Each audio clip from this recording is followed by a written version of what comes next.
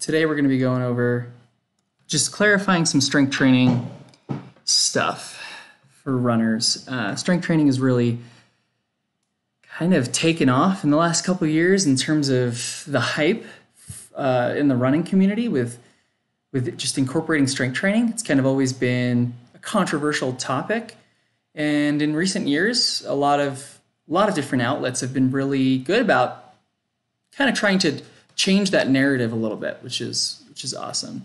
If you show up, please comment if you have any questions. Samantha and Carrie's my wife, have joined. Let me know. Give me a wave. Give me a comment.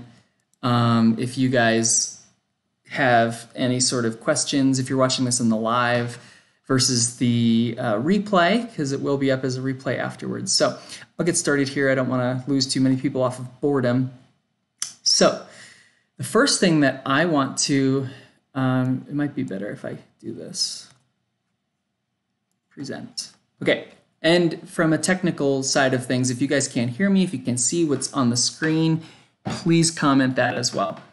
So the first thing that I want to talk about, and these are just kind of like almost AJ's shower thoughts, the kind of things that pop in my head when I'm in the shower and I realize I want to talk about.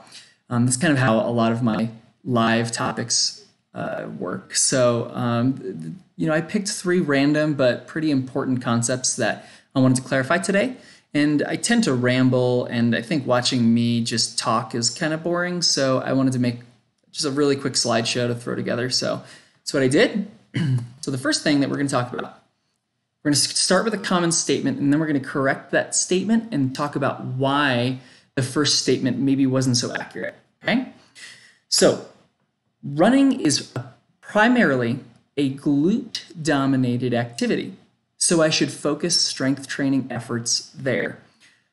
To clarify, what this is basically saying is some people are under the just misconception that strength training needs to be a bunch of exercises that are focusing on the glutes mainly, because the glutes play such a large role when it comes to running.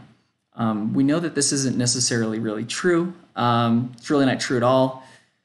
Actually, my mentor in the physical therapy and running performance side of it, industry, he's kind of the guru in that side of stuff, but he basically he told us once that you could anesthetize his glutes and it probably wouldn't change his conversational pace running. So let's correct this statement here. Running is primarily a calf and quad dominated activity, so I should focus my strength training efforts there. Yeah, that's a much better statement. And so there was this really awesome, there's been a couple of studies that have looked at this in the past, but the one that's gotten the most the best study and most recent one was in 2012. Tim Dorn and colleagues, they studied the muscular forces associated in all the major muscle groups in the lower extremity when we're running. And so this is a post that I'm working on. I didn't want to post it on my Instagram publicly or on my Facebook yet, because I am trying to finalize these numbers. The numbers are very, very, very close. They're straight out of the study, but in the study they didn't give you the exact to 2 decimal places like value of all of these muscles. They give you graphs, they give you numbers of a lot of them, but not all of them. So I did my best to compile all of them because I wanted all of them. Let me see if there are any questions or anything so far. Carrie laughs. Justin Hugh, he showed up. How's it going, Justin? Yeah, so as you can see here, in this, because of this horribly placed thing down here, we can't see the whole thing, but okay, so the soleus muscle. And this is this y-axis right here. These are multiples of body weight. That's kind of how they measure the force produced by muscles in a lot of these studies, is how much force is produced, and the unit that they use are multiples of body weight, because that is just how intensely a lot of these muscles are contracting and producing force when we're running. So the soleus producing 6 to 7 times your body weight when you're running. The vastus group, so vastus medialis, vastus lateralis, intermedius, those are the quadriceps. The only other quadriceps muscle that's not in this group, because these are different muscles, and they tried to categorize them as best as possible, but the rectus femoris right here, this is the fourth quadriceps muscle that's not in the vastus group. So you can see soleus is part of the calf. You have gastroc over here. If we take gastroc, we add it on top of the soleus number. If we take rectus femoris, we add it on top of the vastus number. We have these two columns that are just going to be towering over all of these other muscles. Now, I will say that this study and these numbers in particular are relative to running at 3.5 meters per second, and that's approximately a 7 minute and 40-second pace. As we go faster, and this study only looked at speeds faster than that. So these are the slowest numbers in the study, and we can speculate what slower running does, and we can see maybe more effort coming from the quadriceps at that point and stuff. But in faster running, we do get significantly more hamstrings, a ton more hamstrings, and then we do get more glutes for sure. That's why the sprinters, they have the big butts. But in distance running, when most of the people in this group are concerned more so with the longer distance running for sure, and that's anything longer than a couple of miles to 10Ks on trail. This is a trail running group, right? But 10Ks to half marathons and beyond, ultras, right? So that's why I took the slowest numbers in this study. So as you can see, and another thing to clarify is that these forces are the forces that our muscles are producing to accomplish two main things.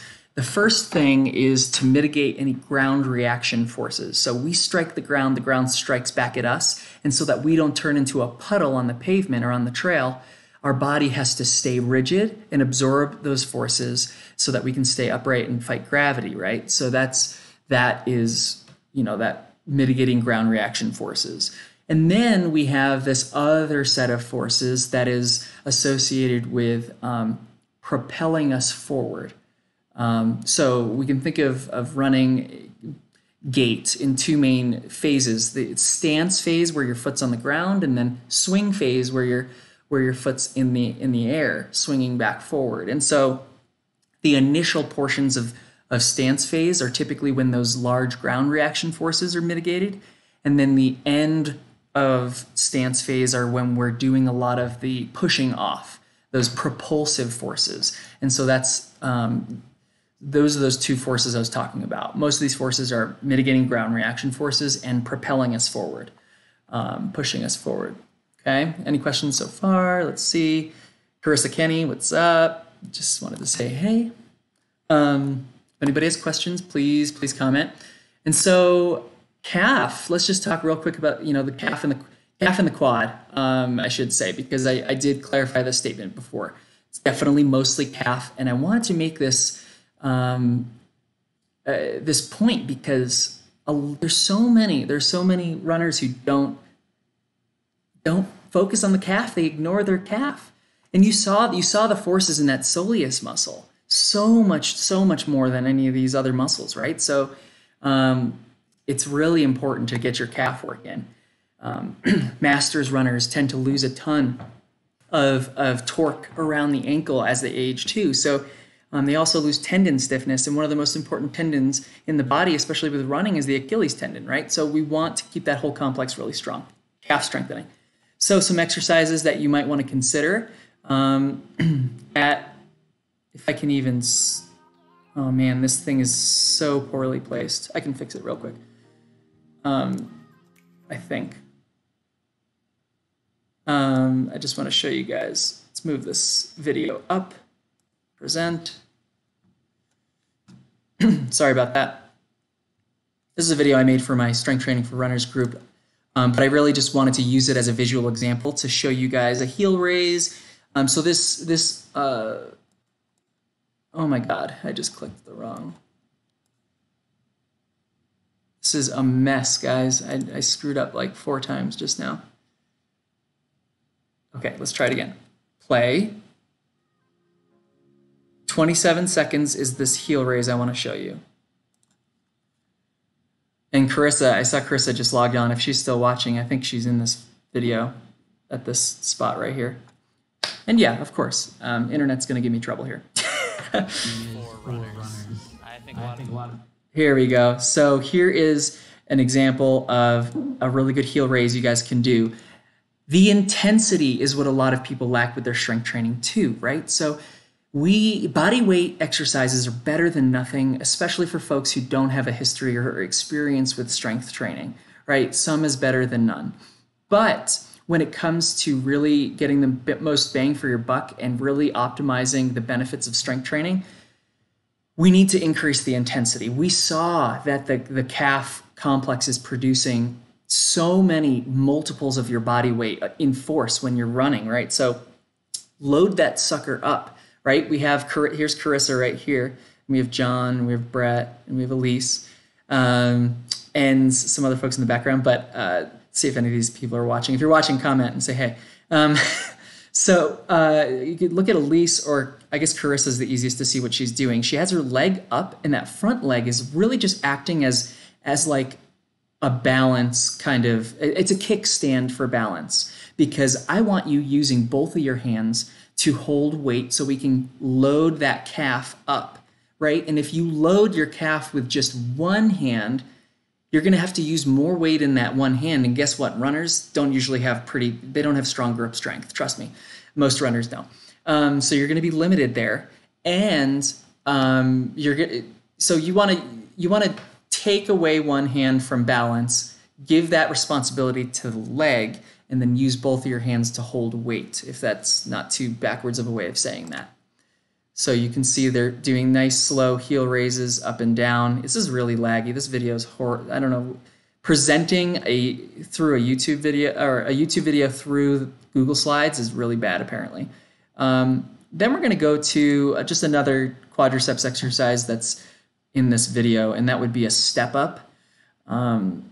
If you put the step really high, you get a lot of glute activity, but step ups, Bulgarian split squats, I don't think this is going to work, so I'm probably going to skip it. Okay, moving on. So the soleus muscle, if you wanted to isolate the soleus as opposed to the gastrocnemius, those are the two main muscles that make up the calf. You need to bend the knee about 90 degrees or greater to really emphasize the soleus and get the gastroc out of the equation. So that's why one of these seated calf raise machines are awesome. And I know gyms aren't open right now. So for this whole conversation, keep in mind that I know gyms aren't open right now, and not all of you guys have the luxury of equipment at your house. But, great time to learn while we're all stuck at home and stuff. So that's why I'm doing this. But yeah, seated calf raise machine, you can load it up. You can put as much weight on there, and it's very safe to do this. Another thing that you could do is you can sit and put like a kettlebell or a barbell on your knees. That's not super comfortable, but this setup's definitely the most convenient. And then we have, squats are obviously going to incorporate a whole lot of quadriceps activity, but a way you can emphasize the quadriceps a little bit more is with a front squat. So when that bar is in front of you as opposed to on your back behind you. Another way that you can do this is that's pretty quadriceps dominant is if you have a kettlebell and you're holding the handle and you're holding that kettlebell right under your chin, and then you do it like a goblet squat. That can be pretty quadriceps dominant as well. And I do want to clarify that I know this whole like quadriceps dominance in running is like been totally demonized in mainstream running media, but I just want you guys to know that that's not a thing. Like the fact that people can have a muscle imbalance that leads to their quadriceps being too strong and their hamstrings and glutes not being strong enough, that is a myth. We don't have any evidence in the literature to suggest anything like that. I just showed you a study that found that the quadriceps are at baseline in a normal situation very responsible. They're supposed to be very responsible for producing force when we're running. So why are people trying to demonize that fact? There's no such thing as that muscle imbalance, quadriceps dominance. We want runners to be strong overall. I'm not saying that you shouldn't strengthen your glutes either. I want to make that very clear. I just don't like when all a runner's doing is trying to focus on different ways to strengthen their glutes, because quite frankly, and I'll sum it up at the end on my last slide, but like quite frankly, we need to optimize our time that we're not running, and we want to be strong all around. And if all you're doing is strengthening your glutes, you're not going to have time to do other stuff that probably matters more, like your quads and your calves. So yeah, that's the point I'm trying to make here. Let's see if we have any questions. Yeah, that's no questions so far. Please ask questions if you have them. This whole thing is going to give me a bunch of trouble today, apparently. Technology. Okay, so we're to the next topic here. So the comment, let's see if it'll let me present this time. Okay, I think I'm just going to present from here. So the next statement is going to be, strength training for running will improve my running form. We hear this a lot, but let's correct this statement. Strength training may slightly change minute aspects of running biomechanics, but cannot reliably change gross running form. I want to make that clear. So this is something that I see all the time. I see people talk about it. I see other clinicians and coaches try to correct these types of things with strength training. We don't have any evidence to show that we really can.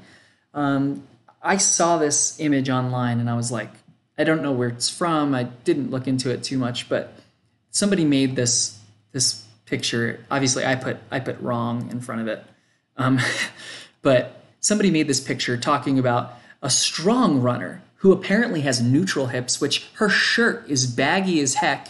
I don't know how this person determined that her hips were level, and then the other person, I mean, so what? She has a little bit of a hip drop. Like, that is totally normal. I just don't understand the picture at all. And the fact that they want to call the gal on the right weak, we don't know anything else about these runners. It's probably the same person or model or whatever, but like, we know nothing about these runners. And this person is saying literally, because this person holds neutral hips during mid stance in their stance phase of running, that's a strong runner. Meanwhile, the gal on the right is weak because she demonstrates maybe like a 4-degree hip drop when she is in mid stance, blah, blah, blah. You know what I mean? It's God. Yeah. Moving on. So let's clarify my correction statement. We can possibly change minute biomechanical aspects of running. So an example of this might be that we know that high intensity strength training can possibly increase muscle stiffness, tendon stiffness. So basically, when your leg hits the ground and then you absorb, let's just say we're talking about the knee, right? So muscle stiffness around the knee, right? Mainly the quadriceps are responsible for this. When you land on your foot, your knee will bend a little bit to absorb those forces. And depending on how strong you are, your knee might bend less and your muscles won't kind of eccentrically contract as much, trying to fight that gravitational pull before they spring you back forward. And so that's what we call stiffness. And that we know that an increase in stiffness can improve running economy. Something else that we know is that if we can absorb those forces really quickly when our foot hits the ground, and then we're able to push off really quickly, we can potentially reduce our ground contact time. Once again, increasing running economy. I know some technology that you guys might have some of these numbers on there. I can't speak to the accuracy of those numbers, but I wouldn't be too concerned with these numbers. Just know that, like I said, I'm just trying to make some general clarifications here. See if you have any questions. No questions. Okay. Oh yeah, I was going to show you this video just to show you guys what stiffness and ground contact kind of. So I don't know anything about this video. I don't know if I approve everything they say in this video. I'm just literally sharing the visuals they give in the first couple seconds of the video, so that an initial contact to the ground and then springing forward is in that the amount of time your foot's on the ground. That's obviously your ground contact time, and so you have this absorption of forces that happens whenever you hit the ground, and that's basically what we're talking about. We want to mitigate the amount of excursion that happens during that time, because we know it's lost energy if our body has to succumb to gravity longer before, and fight gravity longer before it springs us back forward. Okay. Last one. Common statement that I hear: strength training will reduce my risk for running related injuries. This might be the most surprising one of the day. I mean, there's just so many people out there who really are convinced that strength training is going to make them an invincible runner. And I've been guilty of having that understanding myself in the past. And so, sometimes we try to say it like that to make it more appealing for runners, but I think it's worth more to know the truth and the full understanding behind what we actually know and what the literature says, right? So let's correct that statement. I had some cool backgrounds behind these. I don't know what's happening. You can't see, whatever. This program is failing me today. So strength training may reduce my risk for injuries. This has not yet been demonstrated in the current literature. Okay. We don't have any good studies to definitively say. You can go look them up. There have not been many studies. There have been some studies with people looking at rucking in the Army that people have tried to translate to runners. And we'll talk about what we have in the literature currently on this slide. So we know that we have some studies that show that we can improve running economy, like we talked about. We can reduce or delay the onset of fatigue. We can improve maximal speed, anaerobic capacity, and we can potentially reduce the risk for injuries in team sports with athletes that run. So like soccer, basketball, right? Think of sports like that, but not distance running, recreational running, or whatever. We don't have those studies yet. There was a study where they tried to, and then I'll save that for a second. The literature has not yet demonstrated that strength training reduces injuries in distance runners, likely due to, so some studies have tried, and they failed to have a statistically significant outcome saying that we can definitively say strength training reduces the risk for runners. So basically, some of these studies said that the strength training that they did with the runners did not reduce runners' injury risk.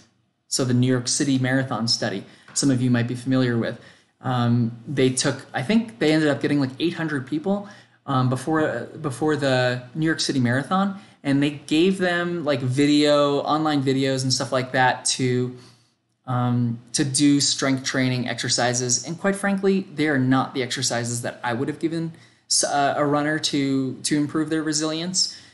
So in the end, this study was unable to demonstrate that strength training reduced those runners' risk for injuries.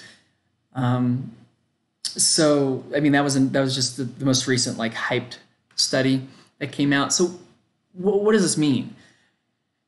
We know, like anecdotally, we're pretty confident that, I get amazing results with the runners I work with incorporating longer term high intensity strength training.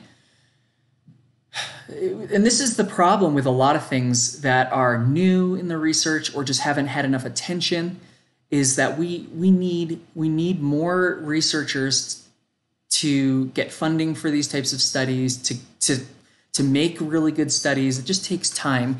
Every study that comes out, the researchers look at what's been done and they try to make it better. And every study that's done the researchers have to list their limitations to the study.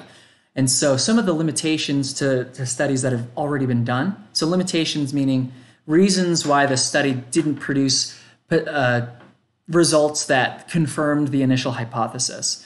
So the poor study design in general, so how they design the study influences how the numbers pop out at the end. And if the numbers don't pop out in a certain way, then we can't say whether or not something works or not. Suboptimal exercise selection. So that's like with the New York City Marathon study. Those exercises, like I said, I would not have picked those exercises. Then there's maybe the study wasn't long enough. A lot of these studies really are just done for maybe 4 or 6 weeks or so. We know it takes at least 6 to 12 weeks or more to get some of these benefits from strength training. Especially some of the adaptations to the bone and the tendon that take the longest. So these studies just haven't been, we need more longitudinal, longer term studies with better exercises being done and better overall study design. But we also know conceptually, physiologically, what strength training does to human tissues, and how human tissues are very adaptable and they adapt to stress. And that when they adapt to stress, it makes them more resilient to stress. And so we can hypothesize that strength training does improve a runner's resilience. We just can't say that that's an evidence-based comment right now. So the take-home messages for today, let's just make sure we don't have questions. Cindy and Amy joined. What's up, guys? Okay, so take-home messages. Work the calf. And I'm just going to read these, but I want runners to be strong all around, like I said before. But this glute nonsense needs to stop. Like I said, I'm not saying don't work your glutes. I'm saying if that's the only thing that you're doing, or if even that's the majority of what you're doing, and what are your goals, right? So if your goals are to be taking advantage of these strength training for running benefits, then we need to strength train with the knowledge now that you guys have of what muscles are working the hardest when we're running, and prepare those muscles for running with strength training, right? So the calf and the quads, glute med was next, right? But we want to be strong all around. But glute max was way down that list. It's fine to work the glutes, but we need to optimize our time strength training and focus on what matters most. Next, up the intensity. Another problem with some of these studies is that the intensity wasn't high enough, so they weren't getting the results and adaptation from the body that we need. So we need to train these muscles to adequately deal with the high amounts of forces during running, right? I just told you guys 7-8 times body weight that's the amount of force that's produced in just the soleus muscle. So one muscle in the calf unit, right? So for me, I'm about 145 pounds, right? If I times that by 7, that's 1,000 pounds, 1,015 pounds of force that the soleus is producing when I run, okay? We need a single leg heel raise is not going to cut it. You need to load that calf up with some heavy weight. And another way to increase the intensity of an exercise is to slow it down. So that's a good tip for all you guys stuck at home with not a ton of equipment. If you slow an exercise down, you can make it harder and increase the intensity of it. Body weight is fine for beginners, but we need slow, heavy resistance with weights to maximize benefits. And I know gyms are closed, but hopefully they open up soon and you guys can go back and hit the gym. Strength training does not replace running. And nothing replaces running. Strength training is not running, but still needs to be factored into the overall training loads. And if you're strength training, it's pretty much kind of like the same stimulus as doing speed work. It's a high intensity contractions of your muscles. So you need to take that into consideration into your training. The best thing to do to improve your running is to run. And nothing can replace that. Injury prevention as the last and final take-home message. Don't expect strength training to keep you injury-free. getting runners to better manage training loads, diversify their modes of exercise, and listen to their bodies are the best ways to prevent injuries in runners. So the last concept that I haven't hit yet that I wanted to talk about, just mentioned there, is strength training is great for runners because it's an activity that's not running. And I know so many runners who literally just all they do is run, and it's good to get runners doing things other than running. I love it when the runners I work with tell me that they like to do something other than running. Tennis, rock climbing, it doesn't even matter. Just something. CrossFit, and even though there's some running in CrossFit, I guess. But you guys get the point. So I hope you enjoyed this today. It was probably easier to listen to me if you're with the slideshow, even though it did give me a lot of technical difficulties. I do have a bunch of free resources on my website at upandrunningpt.com. Video series for strength training for runners, so giving runners, beginner runners, the tools and kind of knowledge to get in the weight room and know what to do. So the building blocks, just beginner building blocks there. And then my Instagram and Facebook, I'm always posting exercises and stuff like that. And so knowledge bombs and all that jazz. So follow me. Let me know if you want to, rehab or anything like that. But thanks for watching. And let me make sure I didn't have any questions here. Tony joined. You guys can still ask questions in the post in the replay, and then I'll answer them later on. So yeah, thanks for watching, guys, and take care.